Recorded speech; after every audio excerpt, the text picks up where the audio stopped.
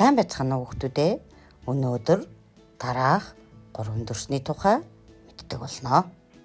Энэ бол дугуй дүрс. Энэ бол дөрвөлжин дүрс.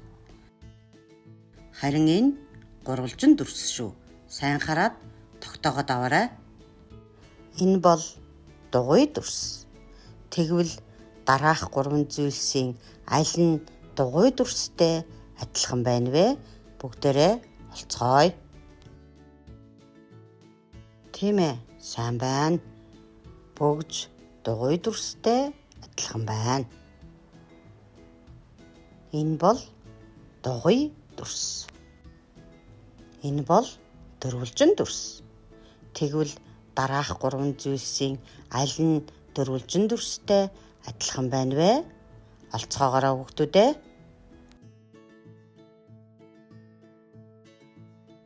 Сайн байна. Зургийн жааз дөрвөлжин дүрстэй адилхан байна.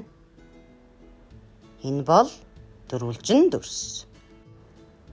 Энэ ямар дүрс вэ хүүхдүүдээ? Зүйтэй, сайн байна. Энэ бол гурвалжин дүрс байна.